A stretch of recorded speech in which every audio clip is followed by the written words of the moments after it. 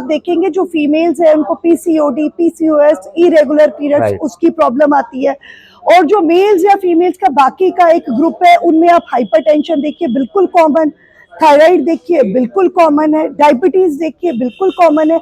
ये जितनी की जितनी बीमारियां हैं ये सारी की सारी हमारी लाइफस्टाइल डिसऑर्डर की वजह से है। एक चीज देखने को मिली कि औरतें अपने स्वास्थ्य से ज्यादा ना अपने परिवार के स्वास्थ्य को जो है वो ज्यादा तवज्जो देती हैं। तो उन्हें अगर उनका बेटा बीमार है तो उनको पता है दवाई देनी है, पति बीमार है तो पता है दवाई देनी है, लेकिन जब उनकी अपनी सेहत की बारी आती है तो उसको फॉर ग्रांटेड लेती हैं। कि लोग अगर शुरुआत में ही पकड़ ले किसी भी बीमारी को तो आगे जो है वो उस बीमारी की वजह से सफर ही नहीं कर पाएंगे, लेकिन जब वो भयंकर रूप धारण करती है तो फिर आपको हॉस्पिटल्स के चक्कर लगते हैं। हमारे यहाँ जो आधी से ज्यादा आज बीमारियां है ना वो लाइफस्टाइल डिसऑर्डर की वजह से ही हो रही है। जी, रिफॉर्मर जम्मू देख रहे हैं आप, और आज आप लोग जानते हैं रिफॉर्मर जम्मू ने पहले भी बहुत सारे इवेंट करवाए हैं, चाहे वो हाल ही में करवाया गया इवेंट कन्वर गरेवाल जी का हो, इससे पहले क्रिकेट टूर्नामेंट, इससे पहले जम्मू कश्मीर के कलाकारों को फेलिसिटेट करना। रिफॉर्मर जम्मू ने एक और इनिशिएटिव लिया है JNK आयुष के साथ मिलके, और आप लोग जानते हैं आयुष भी जो है वो साल भर में बहुत सारे कैंप्स लगाता है डिफरेंट जगहों पर, चाहे वो शहर के एरिया हो या कभी फार फ्लंग्स एरिया हो। तो इनका एक मोटिव रहता है कि लोगों को ज्यादा से ज्यादा टेस्ट का, मेडिसिन का निःशुल्क फायदा मिल पाए। बहुत सारे लोग अफोर्ड नहीं कर पाते कि महंगे टेस्ट हैं, हम टेस्ट करवाने जाएंगे, हम टेस्ट के पैसे देंगे या फिर दवाइयों के पैसे देंगे। इस वजह से लोग लापरवाही तो नहीं कहूंगा, नेगलेक्ट भी करते हैं, कोई बात नहीं, देखा जाएगा, तब तक बीमारी जो है एक बड़ा रूप जो है धारण कर लेती हैं। हमारे साथ डॉक्टर हिमानी जी हैं, हम उनसे बातचीत करेंगे। मैम, ये जो लोग अपनी स्वास्थ्य को लेकर, हेल्थ को लेकर चिंतित तो होते हैं, लेकिन पैसों के आभास के कारण कई बार कहते हैं कि छोड़ो परे, जैसे रूटीन चल रही है वैसे चलने दो। तो आपको लगता है कई बार छोटी छोटी बीमारियां एक बड़ा रूप धारण कर लेती हैं जो बाद में काफी हानिकारक होती हैं? बिल्कुल ठीक राहुल जी, आपने बिल्कुल सही सवाल किया।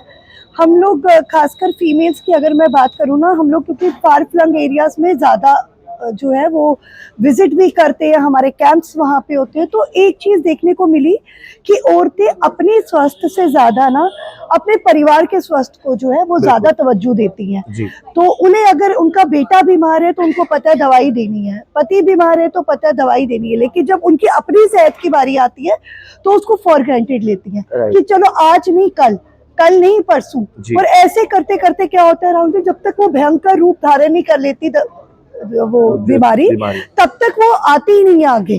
तो ये सबसे बड़ी त्रुटि है हमारे समाज की।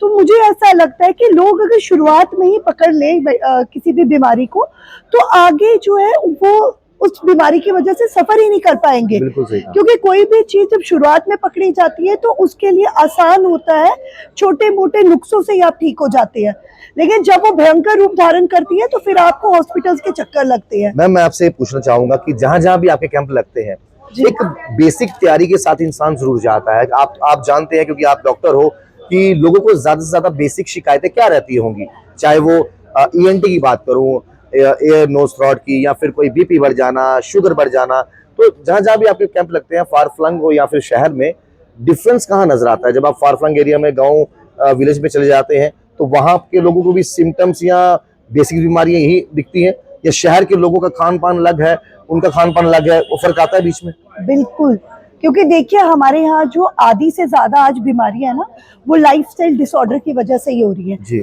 हम समय पे नहीं उठते, समय पे सोते नहीं है, समय पे खाना नहीं खाते हैं, और इसके साथ साथ हमने अपना सेडेंटरी लाइफस्टाइल बना के रखा है शहरों में। बिल्कुल ठीक है, जिसकी वजह से आप देखेंगे जो फीमेल्स है उनको पीसीओडी, पीसीओएस, इरेगुलर पीरियड्स उसकी प्रॉब्लम आती है।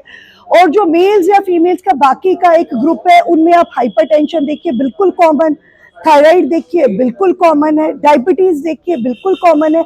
ये जितनी की जितनी बीमारियां हैं ये सारी की सारी हमारी लाइफस्टाइल डिसऑर्डर की वजह से है। अगर हमारा खाना पीना और हमारा उठना बैठना अकॉर्डिंग टू आयुर्वेदा, हमारे यहाँ पे आयुर्वेद को कहा है साइंस ऑफ लाइफ, जिंदगी जीने की कला। इसमें हम होलिस्टिक ट्रीटमेंट करते हैं, इसमें हम रोगी की चिकित्सा जो है वो करते हैं, ना कि रोग की सिम्प्टोमेटिक ट्रीटमेंट। बिल्कुल सही कहा। एक ना लोगों को वहम भी है, खुद की बनाई हुई थ्योरी है कि देखो जी, अगर हम दूसरी मेडिसिन लेते हैं और कंपैरिजन करते हैं आयुर्वेदिक के साथ, तो आयुर्वेदिक की जो दवाई है काफी गर्म होती है, इसकी तसीर गर्म होती है, ज्यादा खा लेंगे तो कहीं ये ना हो कि जॉन्डिस हो जाए। तो ये जो मिथ बनाया हुआ है, ये कितना जरूरी है ये दिमाग से हटाना कि आयुर्वेदिक आपका जड़ तक इलाज करेगा। देखिए, इसका तो सबसे पहले श्रेय सोशल मीडिया को ही जाता है, क्योंकि आप लोग ज्यादा से ज्यादा लोगों तक पहुंचते हैं। राइट। हम लोग ज्यादा से ज्यादा एक चंक ऑफ पीपल तक पहुंचते हैं। Right. आपकी जो अप्रोच है आपको हर कोई देखता है जी। तो मैं आपके माध्यम से ही ये लोगों तक पहुंचाना चाहूंगी कि हर एक दवाई गर्म नहीं होती। जैसे हर एक इंसान अलग अलग प्रकृति का होता है। Right. किसी का मिजाज जो होता है वो गर्म होता है, किसी का ठंडा होता है। वैसे हमारी मेडिसिन भी अलग अलग मिजाज की है। बिल्कुल। ठीक है, हर एक दवाई गर्म नहीं है, कुछ ठंडी भी है। अगर ऐसी चीज होती तो फिर तो बहुत प्रॉब्लम हो जाती है, तो दवाई दे ही नहीं सकते थे लोगों को, है ना। तो ये मिथ जो है बिल्कुल गलत है कि दवाइयाँ गर्म होती है। बाकी excess of everything is bad. जैसे कि कई लोग क्या करेंगे, अगर काढ़ा दे दो ना तो आजकल गूगल से आधे लोग डॉक्टर बन चुके हैं, बिल्कुल सही है ना। कहा, बिल्कुल। तो वो अपनी मर्जी से काढ़ा, अगर हमने उनको एक बार पीने को कहा है, वो दिन में 3 बार पियेंगे।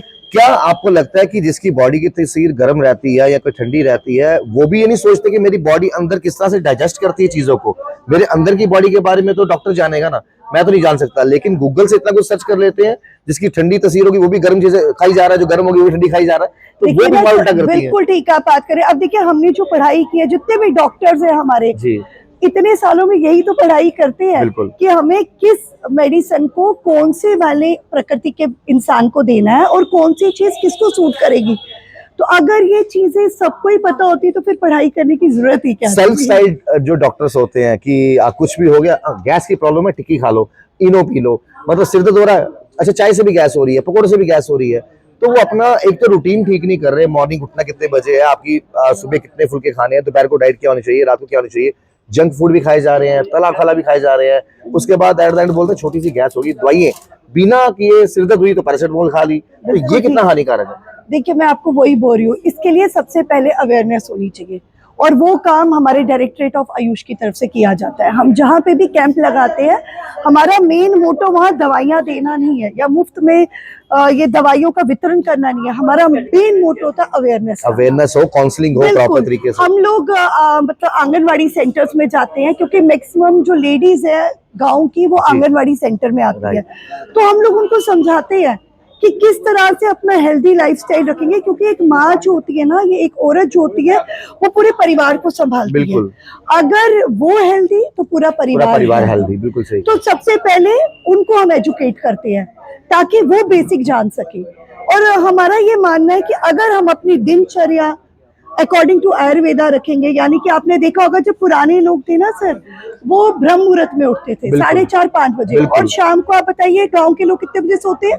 7:30-8 बजे खाना खा के सो जाते हैं। क्या आपने उनमें बीमारियां देखी? नहीं, जो शहरों के लोगों में मिलती हैं।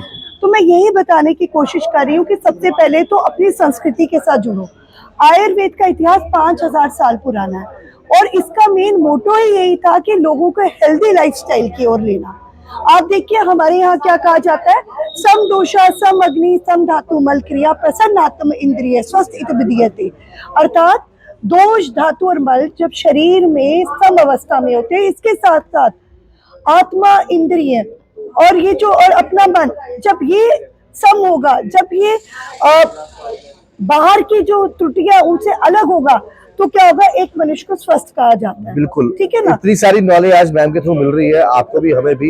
एक सवाल मेरा जरूर रहेगा, थोड़ा सा हटके है, जब डॉक्टर्स बीमार होते हैं तो वो कहाँ जाते हैं? वो भी तो अपना सेहत का पूरा ख्याल रखते हैं, लेकिन वो भी कभी कभार हो जाते हैं ना चाहते हुए भी। तो क्या उस समय भी ये दिमाग में चीजें आती, मैंने रात को क्या खाया होगा, क्या वो दोबारा से गर्म तो नहीं कर दिया खाना मैंने, कोई फूड पॉइजनिंग वाला सिस्टम तो नहीं था? तो ये सवाल आते हैं ऐसे डॉक्टर।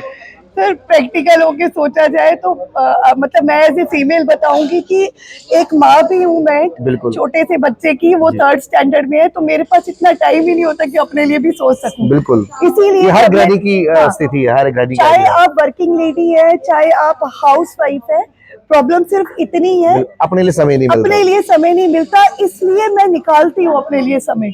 मैं इतना जरूर करती हूँ कि मैं खुद स्वस्थ रहूं, क्योंकि अगर मैं ठीक हूँ तो मेरा परिवार स्वस्थ है। बड़ी अच्छी बात बोली, और सेहत आपकी स्वस्थ रहेगी तो सब कुछ स्वस्थ रहेगा। और बड़ी सारी जानकारी हमने प्राप्त की, और आप लोग भी अगर आना चाहते हैं तो भगवती नगर में जो है आप आइए, यहाँ पर मेडिकल कैंप लगा हुआ है जिसको रिफॉर्म जम्मू और आयुष JNK सेंटर ने जो है मिलकर यहाँ पर लगाया है।